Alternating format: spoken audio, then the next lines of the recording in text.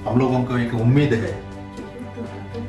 अगर हम लोग इसी वचन में थोड़ा ध्यान करेंगे तो जब भी चेले लोग थे इस दुनिया में, पौलुस जब भी लिख रहा था वचन, क्योंकि जो टाइम परमेश्वर ने रखा हुआ है 2000 साल, वो किसी को भी नहीं मालूम था वो टाइम पे। अगर थेसलोनिया में जब ये पौलुस लिखता है वो टाइम पे, वो एक वचन पढ़ेंगे हम लोग 4:16 पढ़िए। पहला थेसलोनियंस 4:16, पहला थेसलोनियंस उसका 4:16 पढ़ेंगे।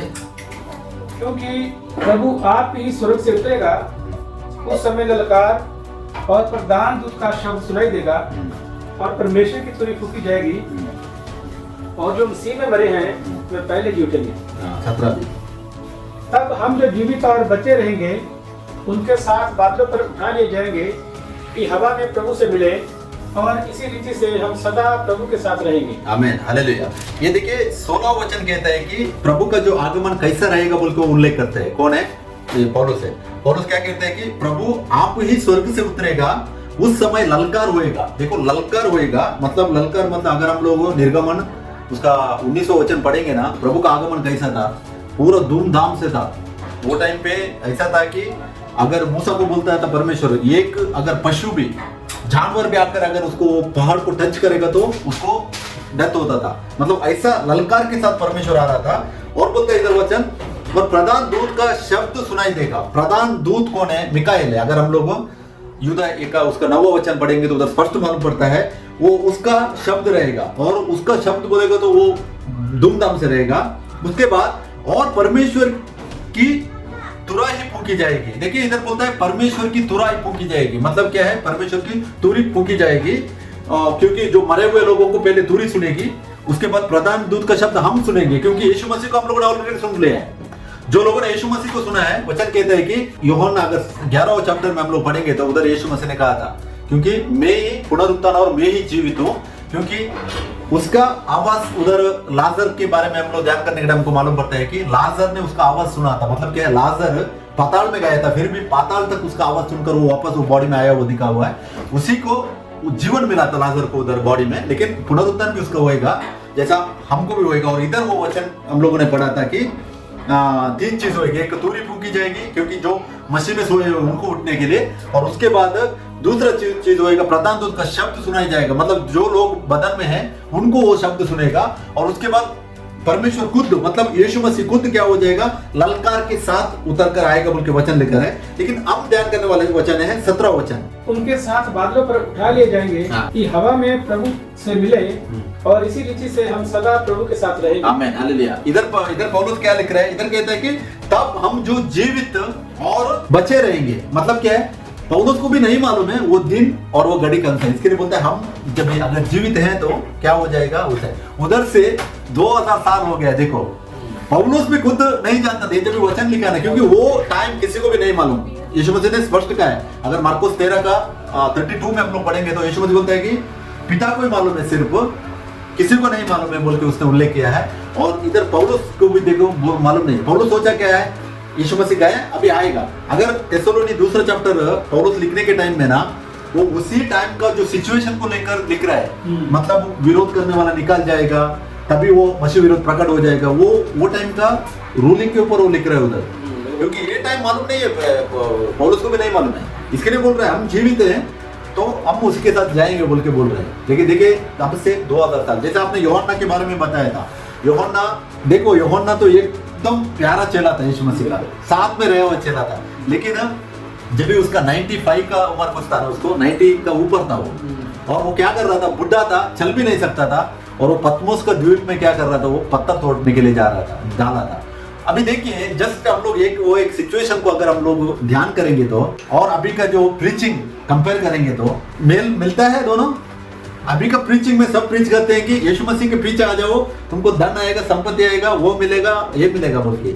लेकिन अगर यूहन्ना जो उसका प्यारा चेला था, वचन में हमको मालूम है, अगर यूहन्ना हम लोग पढ़ेंगे तो उधर मालूम पड़ता है स्पष्ट कि वो एकदम प्यारा चेला था। लेकिन जब भी वो यीशु को पीछे होने के टाइम में, वो पतमोस द्वीप में उतना बुढ़ापे के टाइम पे, उसका गवाह होने के लिए बुढ़ापे के टाइम पे वो पत्थर तोड़ रहा था। वो कौन सा खुशियां मिली उसको इस दुनिया की? वो कितना साल उसने जेल में बिताया, उसका हिस्ट्री पढ़ेंगे तो उसको एक बार तेल में भी डाल के निकाला था उसको। तो उसको कौन सा खुशी मिली थी? ये दुनिया, जैसे आपने पढ़ा था कोरिन्थियंस का 5 का चैप्टर में है ना, हमको इस दुनिया में नहीं है। जब भी वो हमारे बदन के ऊपर वो कवच हमको मिल जाएगा, मतलब महिमा का शरीर जब मिल जाएगा हमको, जो है तब से हमारा जिंदगी स्टार्ट है। लिखा है प्रकाशित 20 का 4-5 पढ़ी। फिर मैंने सिंहासन देखे और उन पर लोग बैठ गए और उनको न्याय करने का अधिकार दिया गया, और उनकी आत्मा को भी देखा जिनके सिर यीशु की गवाही देने और परमेश्वर के वचन के कारण काटे गए थे, और जिन्होंने ना उस पशु की और ना उस मूर्त की पूजा की थी और ना उसकी छाप अपने माथे और हाथों पर ली थी, वह जीवित होकर मसीह के साथ 1000 वर्ष तक राज्य करते रहे। आमीन। नेक्स्ट भी पढ़िए 5 वचन। और जब तक ये 1000 वर्ष पूरे ना हुए तब तक शोक शेष मरे हुए ना जी उठे। ये तो पहला पुनरुत्थान है। आगे भी बढ़िए। धन्य है वह पवित्र, धन्य है पवित्र वह है जो इस पहले पुनरुत्थान का भागी है। ऐसों पर दूसरी मृत्यु का कुछ भी अधिकार नहीं, पर वह परमेश्वर और मसीह के याजक होंगे और उसके साथ 1000 वर्ष तक राज्य करेंगे। हालेलुया। क्या पढ़ा हम लोगों ने? धन्य है, धन्य है, धन्य और पवित्र वो है जो इस पहले पुनरुत्थान का भागी होंगे। आपने जो रोमन्स 12:1 में पढ़ा था ना, पवित्र जीवन में हम उसके साथ बिताने पड़ेंगे। लेकिन इधर वचन क्या, इधर भी वही कहते हैं, क्या कहते हैं कि धन्य वो है, छठा वचन देखिए, धन्य और पवित्र वो है जो पहले पुनरुत्थान का भागी होंगे। अगर पहला पुनरुत्थान का भागी होंगे तो महिमा का शरीर मिलेगा। सही है? महिमा शरीर तभी जिया जाते हैं पहला पुनरुत्थान में जाने के बाद। बाद में भी ये क्या सुसमाचार दिया जाएगा, क्योंकि हर एक लोगों को सुसमाचार देने का बल्कि वचन स्पष्ट कह रहा है। और वो टाइम पे शैतान नहीं रहेगा, 1000 साल के लिए उसको पिट में डाल दिया जाएगा। वो टाइम पे क्या करेगा, हर एक को सुसमाचार लेना ही चाहिए। मालूम है आपको किधर लेकर आया ना, वचन सही है ना, उसका 2 का 7 और 8 पढ़िए। मैं उस वचन का प्रचार करूंगा जो यहोवा ने मुझसे कहा कि तू मेरा पुत्र है, आज तू मुझसे उत्पन्न हुआ है। इसे मांग और मैं जाति जाति के लोगों को तेरी संपत्ति होने के लिए और दूर दूर के देशों को तेरी निज भूमि बनने के लिए दे दूंगा। हाँ, ये वचन है। वो खुद लोहे का डंडा लेकर वो लेना ही पड़ेगा उनको सुसमाचार, वो टाइम दूसरा ऑप्शन नहीं है। लेकिन प्रॉब्लम क्या है, पहला पुनरुत्थान में वो टाइम पे तो कंपलसरी है, क्योंकि हर एक चीज मसीह में एक होएगा बोल के वचन स्पष्ट कह रहा है। हर एक चीज मसीह में एक होएगा। लेकिन अभी अगर सुसमाचार एक्सेप्ट किया तो क्या हो जाएगा, महिमा का शरीर मिलेगा, अनंतकालिक जीवन मिलेगा। अगर हम लोग पहला यूहन्ना 2 का 25 लगता है, 25 में बोला है, और रोमन 6:23 में बोला है अनंतकालिक जीवन मिलेगा। और हम लोगों ने प्रकाशित में पढ़ा 20 का 6 वचन में बोला है धन्य और पवित्र वह है जो इस पहले पुनरुत्थान का भागी होता है। तो हम लोगों ने पहला पुनरुत्थान का भागी होना चाहिए के लिए कोशिश करना। तो इसके लिए हम लोग क्या करना चाहिए, हमारा जो एम रहना क्या है कि हम लोग को पहला पुनरुत्थान में जाने के लिए हम कोशिश करना चाहिए। प्रभु यीशु मसीह से आई शिक्षा जो है अनंतकालिक जीवन है। जो अनंतकालिक जीवन के लिए तरसेगा उसको इस दुनिया में तकलीफ रहेगा। वचन कहते हैं, मांगते तो पढ़िए आपको 2 तिमोथी 3 का 12 पढ़िए। जो लोग अनंतकालिक जीवन के लिए तरसेंगे ना, उनको इस दुनिया में तकलीफ है, वचन स्पष्ट कह रहा है। पर जितने मसीह यीशु में भक्ति के साथ जीवन बिताना चाहते हैं, वे सब चाहिए। आमीन। जो लोग भक्ति से, अगर यीशु मसीह को आप सही से अगर आप फॉलो करना चाहते हैं, आपको इस दुनिया में तकलीफ है। क्यों तकलीफ है? क्योंकि इस दुनिया ने यीशु मसीह को इनकार किया है।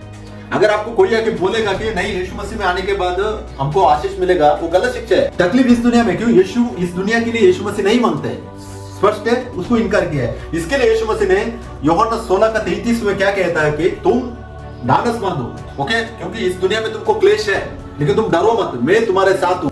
मत्ती 28 का 20 में यीशु मसीह कहता है कि दुनिया के आखिर तक मैं तुम्हारे साथ रहूंगा। और यूहन्ना 16 का 33 में बोला है इस जगत में तुमको क्लेश रहेगा। है हमको है। 16 का 20 में से लिखा है, यूहन्ना की इंजील, मैं तुमसे सच सच कहता हूँ कि तुम रोगे और विलाप करोगे, परंतु संसार आनंद करेगा। तुम्हें शोक होगा, परंतु तुम्हारा शोक आनंद में बदल जाएगा। हालेलुया। तो इसके लिए अगर जो भी कुछ तकलीफ अगर इस दुनिया में आएगा तो भी हम डरने का जरूरत नहीं है। क्यों मालूम है? हमको प्रभु ने बुलाया हुआ अनंतकालिक जीवन। ये हम लोग अनंतकालिक जीवन बहुत इजीली हमारे मुंह से हम लोग को कन्फेस करते हैं, लेकिन इसका जो इंपॉर्टेंस अगर हम लोग देखने के लिए जाएंगे तो सच्चे में एक आप सोचिए, कभी भी एक डेथ मौत बोल के नहीं आएगा इंसान को, बुढ़ापा बोल के नहीं आएगा। हमेशा हमेशा के लिए हम रहेंगे। ऐसा वाला जिंदगी के लिए प्रभु ने हमको बुलाया हुआ है। और जब भी वो पहले हम लोगों ने पढ़ा था प्रकाशित 20 का 6 में, जो पहला पुनरुत्थान में भागी होता है वो धन्य है। क्योंकि उसको महिमा का शरीर दिया जाएगा। बाद में जब ये यीशु मसीह के द्वारा में सुसमाचार जो सुनाया जाएगा, उनका इंपॉर्टेंट वचन इतना नहीं कह रहा है, क्योंकि रूलिंग करने के लिए तभी मिल जाएगा, सब पहला पुनरुत्थान में मिल जाएगा। तो इसके लिए हम कोशिश करेंगे, जैसा आपने भी जो वो आज का वचन वही था ना 2 कोरिन्थियर 5 में, ये बदन के ऊपर ही क्या है, महिमा का वस्त्र पहनने के लिए हम लोग को, उसके लिए हम लोग को भागना चाहिए, उसी में हम लोग जाने के लिए वो इंपॉर्टेंट हमारे ये वो रहने के, चाहे इस दुनिया में कुछ भी होने दो, खाना भी रहने दो नहीं रहने दो, हम उसके बारे में कभी चिंता नहीं करने का, हमको क्या है कि हम उसी को लेने के लिए आगे बढ़ने का। तो आइए हम लोग दुआ करेंगे।